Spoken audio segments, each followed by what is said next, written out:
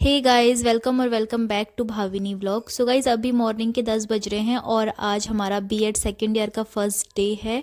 तो मैं अभी कॉलेज के लिए निकल रही हूँ और यहाँ से कॉलेज जाने के बाद आज 2 क्लासेस मुझे पढ़नी है। फिर उसके बाद हमें जाना है इंटर्नशिप वाले स्कूल कॉलेज में क्लासेस अटेंड करने के बाद हम पहुँच चुके हैं अपने इंटर्नशिप वाले स्कूल अटल उत्कृष्ट जीजीआईसी खताड़ी में। तो ये स्कूल हमारा अलॉट हुआ है, हमें 1 दिसंबर से यहाँ टीचिंग के लिए जाना है, जो ऑब्जर्वेशन टीचिंग होती है 3 मंथ की इंटर्नशिप के लिए।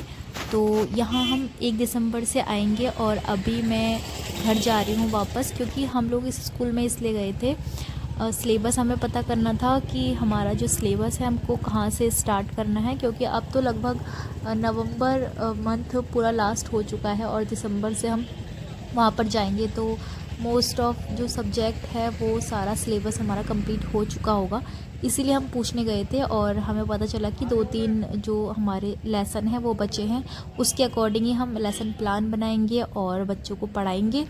तो अभी जब भी हम जाएंगे तो सीधे UT3 स्टार्ट हो जाएंगे, यूनिट टेस्ट जो होते हैं, और फिर उसके बाद देखेंगे क्या होता है। और हमारे जो क्लासेस हैं सबको अलग अलग मिली हुई हैं और जितना भी ग्रेजुएशन के सब्जेक्ट होते हैं उस बेस पे ही हमें सब्जेक्ट मिले रहते हैं। जैसे मेरा जो मेन सब्जेक्ट है वो इंग्लिश है, तो मुझे क्लास 7th की इंग्लिश मिली है। और ऐसे ही 3 मंथ की इंटर्नशिप के दौरान हमारी जो क्लासेस हैं वो चेंज भी हो सकती है, कभी 8th मिल सकती है, कभी 9th मिल सकती है, 11th मिल सकती है, लेकिन हाई स्कूल और बोर्ड क्लासेस हमें नहीं मिलती है, क्योंकि उनकी जो बोर्ड के एग्ज़ाम रहते हैं वो टीचर्स को ही देखना होता है। और ये स्कूल जो है वो CBSE से है। तो पहले ये स्कूल उत्तराखंड बोर्ड से था जब ये GGIC था, girls government girls inter college था, लेकिन अब ये अटल उत्कृष्ट के अंतर्गत आ गया है। तो अब यहाँ पूरा CBSE पैटर्न है 6 to 8 तक।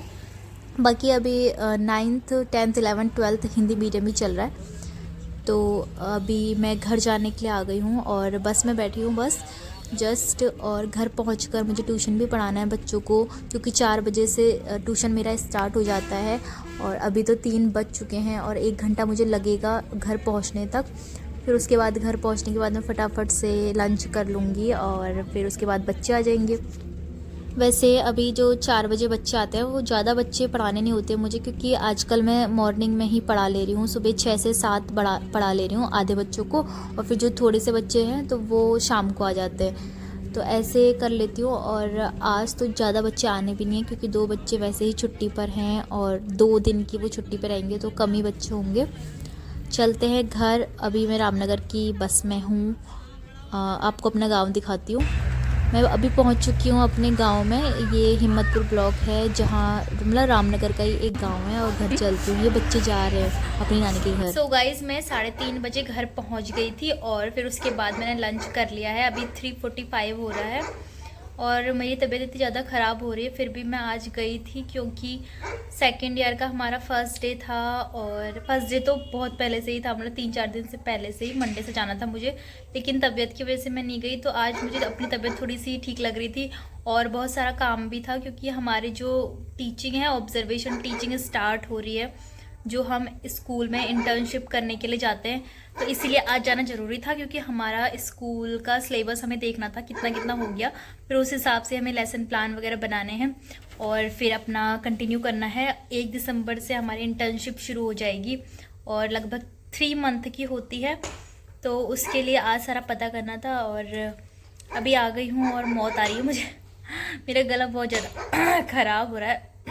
तो आज का हमारा डे 7 है और डे 7 में हमारा एक नेक्स्ट टारगेट रहेगा। कल का जो टारगेट था, कल का जो ब्लॉग था, वो मैंने काफ़ी लेट में अपलोड किया था शाम को, क्योंकि एडिट करने का टाइम नहीं मिला आज मॉर्निंग से ही, क्योंकि मुझे कॉलेज जाना था। और हमेशा मैं मॉर्निंग में ही अपना ब्लॉग रिकॉर्ड करती हूँ, मतलब शूट पहले कर लेती हूँ, लेकिन अपनी वॉइस बाद में, उसमें वॉइस ओवर बाद में करती हूँ।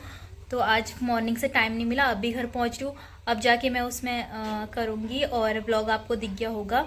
तो उसमें हमारा जो कल का टॉपिक था वो संधि था, और आज का टॉपिक भी मैं डिसाइड कर लेती हूँ और आपको बताती हूँ। गाइस, शाम को ट्यूशन पढ़ाने के बाद हमने डिनर कर लिया है और आज का टॉपिक भी हमारा लूसेंट जीके से होने वाला है, जिसमें कि हिस्ट्री का पोर्शन मैंने लिया है। हिस्ट्री के पोर्शन में आपको मिल जाएंगे वो होते हैं ना वचन एवं नारे, जो भी हमारे स्वतंत्रता सेनानी हैं उन लोगों ने कुछ ना कुछ वचन बोले थे, नारे दिए थे, संबंधित कुछ कथन कहे थे।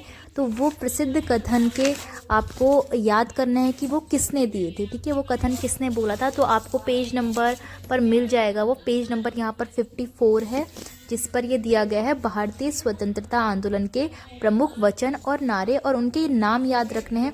आपको ऐसा दिया रहता है कि एक नारा दिया रहता है, उसमें 4 ऑप्शन रहते हैं कि किसने बोला है, ठीक है। तो ये आपको याद रखना है, बहुत ही इजी है। आप 2 बार इसको पढ़ोगे तो आपको याद हो जाएगा, पहले भी आपने पढ़ा ही होगा। तो चलिए मैं भी रिवीजन करती हूँ और आप भी कीजिए। और तबीयत अभी ठीक हुई नहीं है मेरी।